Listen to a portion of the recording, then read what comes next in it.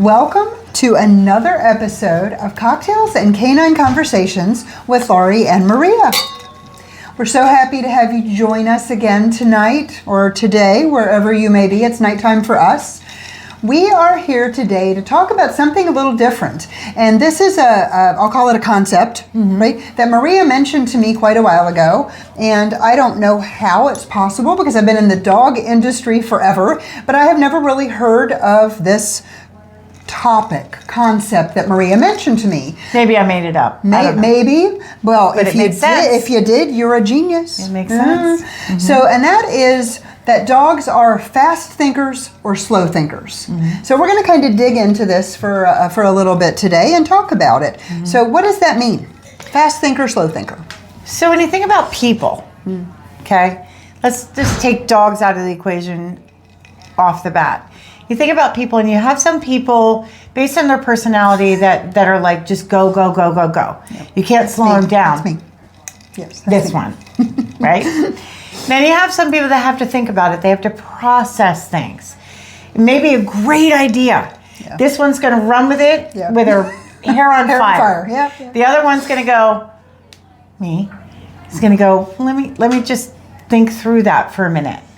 Dogs are the same way. Okay? Dogs are the same way. So when you think about breeds, it could be breed specific.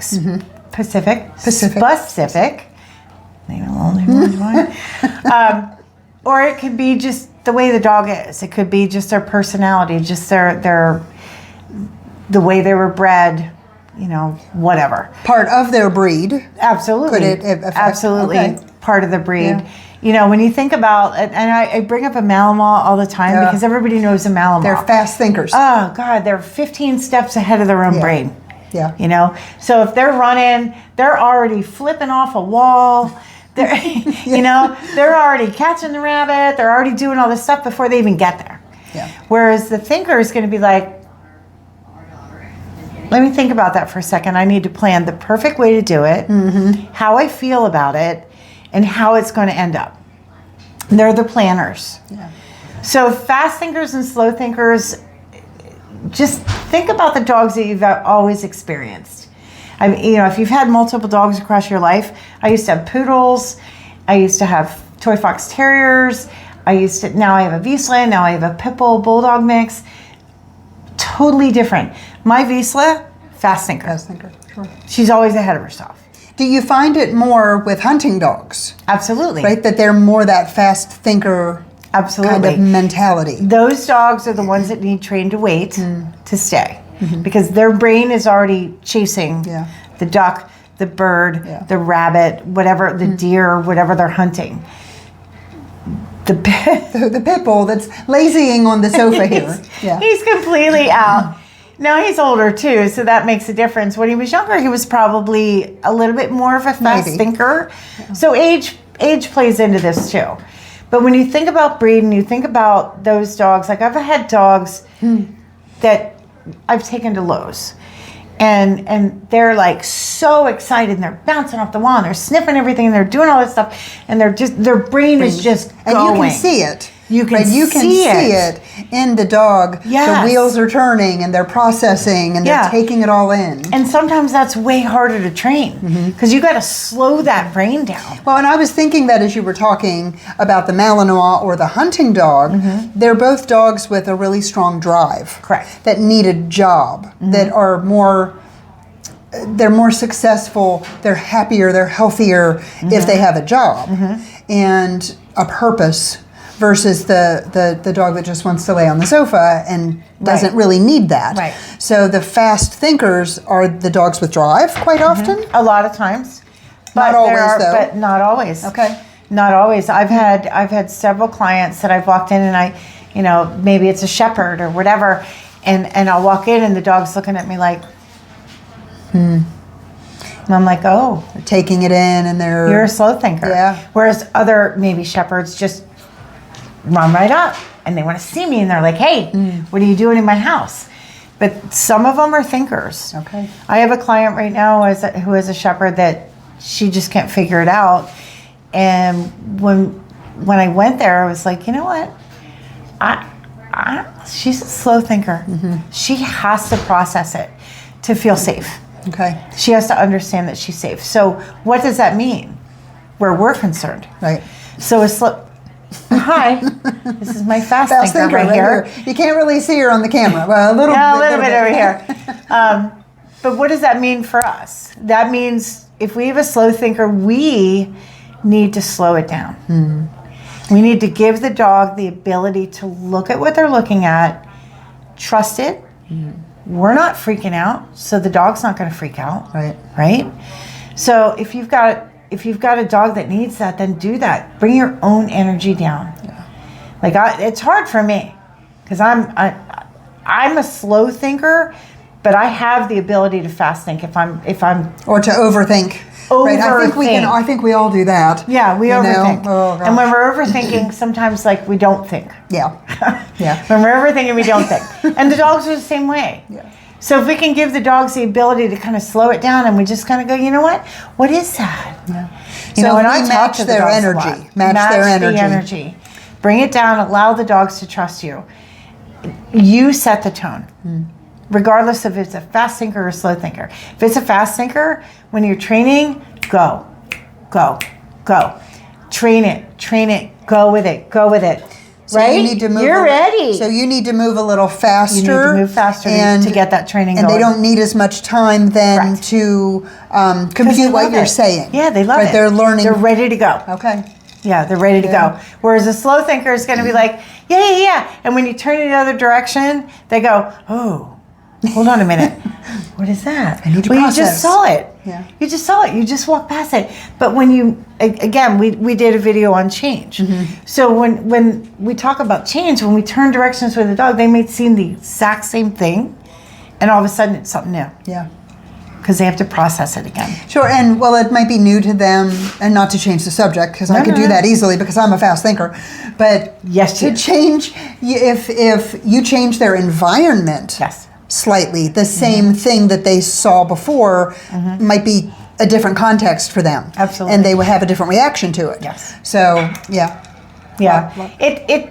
There's not a lot to really think about with this. It's just, if your dog is a fast thinker, go with it.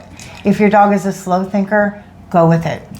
You know, and allow the dog to do what they do the best to get the best outcome to a new situation, to a new training technique, whatever you have to do. Yeah, and be aware, because I've honestly, until Maria mentioned this concept to me, I never really thought about it.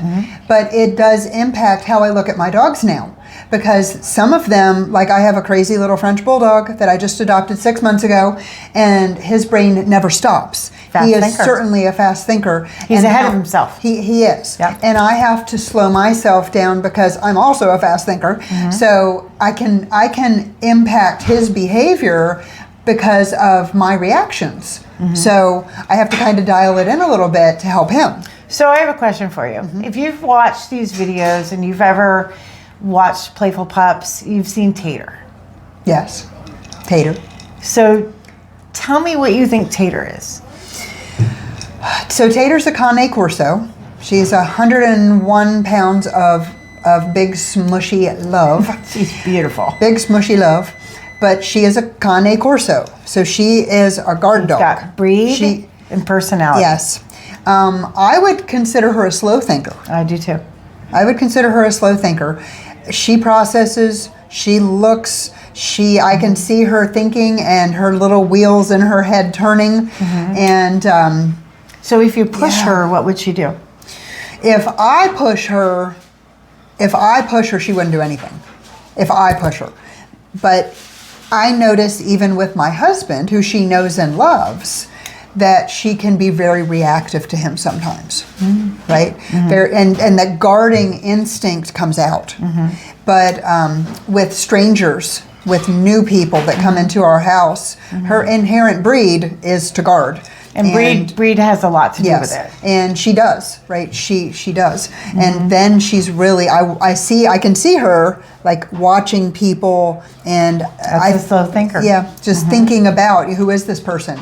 Do they belong here? And are they going to be okay to invite in the house? Right. So, yeah. So when you think about breeds, like let's think about the all-American dog, the golden retriever. Yes. Right?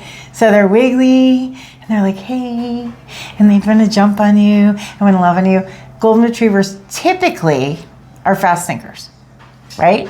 But I've met a few. One of my best friends, Lisa, has a golden retriever named Maggie, who's kind of the thinker. Okay. So her brother, Lisa has both of them. So her brother is like, bing! He's ping pong ball in a blender. But Maggie is the thinker. She's super smart. Not that Jameson's not, but she's super smart. She just processes different. Same litter. Interesting. Brother and sister. Yeah. But totally very different personalities. Yes. So I think it's really important to just kind of really look at your dog and just kind of watch. You know, that's the only way you're going to really determine. When you think your dog is just off the wall, they're just a fast thinker. Yeah. They're 10 steps ahead of their brain. So what can we do to dial them in a little bit? To slow it down. Okay. So we slow down what we're doing. We slow it down. Okay. And we say, hey, you know, what are you looking at?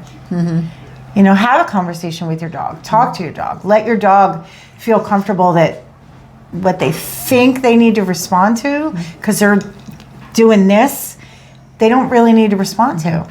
Help them understand how to control that fast thought. Help them understand how to control that slow thought. Sure. Because that slow thought can be just as detrimental as the fast thought. Because if they have time to think about something, they might go, oh yeah, I really don't like that. Yeah, true. But if we can say, no, you're fine. Good, let's go. Right? Yeah. Sometimes we can cut that back. And that's what, and you know, I think the number one thing to think about this is get some help with that. Call a trainer.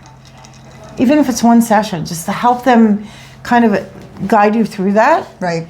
Well, and to have a trainer come in, a private trainer, we've talked about private training on a recent episode, it can be super beneficial for you, the pet parent, who may not really, you think you understand your dog, but a trainer is going to look at it from a different perspective. Right. They're going to bring in that unbiased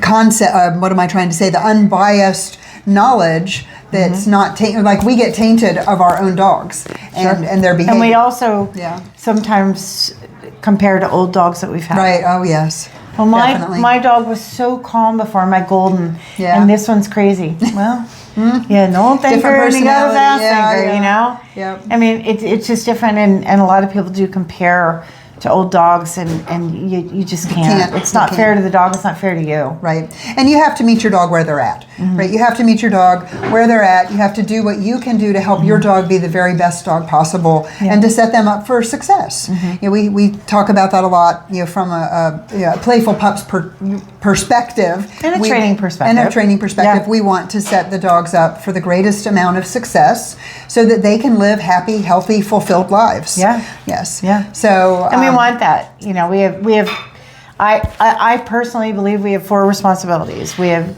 good food, good vet care, good physical stimulation, good mental stimulation. We can balance that.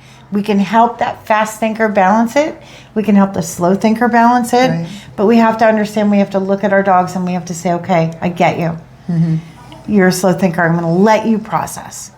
I'm going to let you process. If you're a fast thinker, I'm going to slow you down. Right. And teach you how to process in a not a ping pong in a blender. Right. Scroll on crack. I always say Scroll on crack. Yeah, Laurie said that earlier. I'm like, you need to say that on this institute. Yes. Yeah. So I think there's a lot of things that we can do, but I think that we just have to really look at our dogs and just understand them, because they're not all the same. Right. You can get 50 golden retrievers over your life, and they're not going to be the same. Right. Right. So as a pet parent, it's our responsibility to do what is in the best interest of each individual dog that we have, and to kind of adjust ourselves sometimes to meet their needs.